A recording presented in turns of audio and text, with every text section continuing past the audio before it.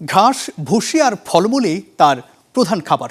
এসব খেয়ে ওজন ঠেকেছে প্রায় 1 টন আর উচ্চতা প্রায় 6 ফুট। বলছি সিরাজগঞ্জের রাজাবাবুর কথা, যার দাম হাঁকা হয়েছে 8 লাখ টাকা। কোরবানির ঈদ উপলক্ষে সিরাজগঞ্জের খামারে খামারে চলছে এমন বিভিন্ন আকারের গবাদি প্রাণী প্রস্তুতি। সাদা আর কালো রঙের ছোপে ঘেরা সুঠাম দেহ, উচ্চতা আর দৈর্ঘ্য রীতিমতো পাহাড় সমান। নাম তার রাজাবাবু। খান এগ্রো ফার্মের প্রধান আকর্ষণ এখন প্রায় 1 টন ওজনের এই ষাঁড়টি। ঘাস, ভুসি আর ফলমূলই ছিল তার প্রধান খাবার। এখন কলা ছোলার পাশাপাশি খাওয়ানো হচ্ছে নানান ফল। সম্পূর্ণ প্রাকৃতিক খাবার খাইয়ে 3 বছর ধরে পরম যত্নে বড় করা হয়েছে রাজাবাবুকে।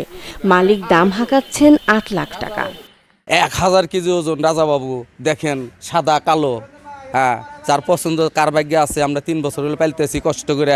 আমাদের মালিক দাম চাইতেছে 8 লক্ষ টাকা। হ্যাঁ, এখন কার ভাগ্যে আছে, আমরা খুব কষ্ট করে পাইছি। আমাদের মায়া লাগতেছে যে গরুটা এবার ঈদে বিক্রি হয়ে যাবে। এরই মধ্যে সুনাম ছড়িয়ে পড়েছে বিশাল দেহের এই প্রাণীর। এক নজর দেখতে প্রতিদিন ভিড় করছেন উৎসুক জনতা।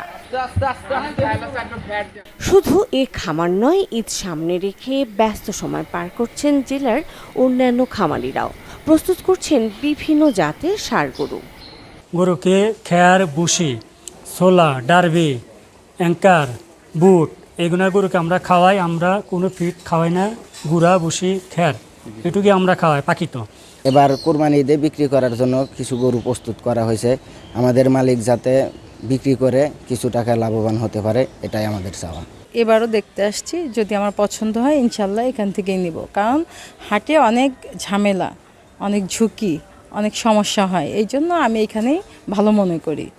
দিনরাত পরিশ্রম করলেও গোখাদ্যে চড়া দামে কিছুটা দুশ্চিন্তায় খামারিরা, তবে বুক বেঁধেছেন লাভের আশায়।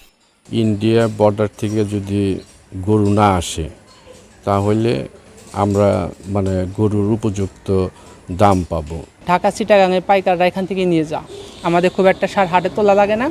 মোটামুটি যে হবে পশু খাদ্যের দাম বৃদ্ধি, সে হিসাবে আসলে আমরা লাভ পাচ্ছি না। তারপরে যদি বাইরে থেকে গরু না আসে তাহলে আমরা আশা করি যে কিছুটা হলে আমরা লাভবান হব। খামারিদের সব ধরনের সহায়তা দেয়া হচ্ছে বলে জানিয়েছে জেলা প্রাণী সম্পদ বিভাগ। কর্মকর্তা বলছেন, খামারিরা যাতে সুস্থ সবল পশু হাটে তুলতে পারেন, নেওয়া হচ্ছে সে ব্যবস্থা।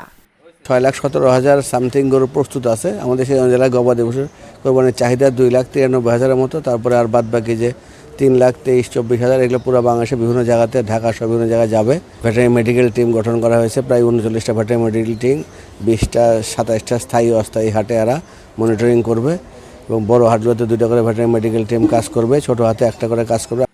এবার সিরাজগঞ্জে কোরবানির জন্য প্রস্তুত করা হয়েছে 6,17,000 গবাদি প্রাণী।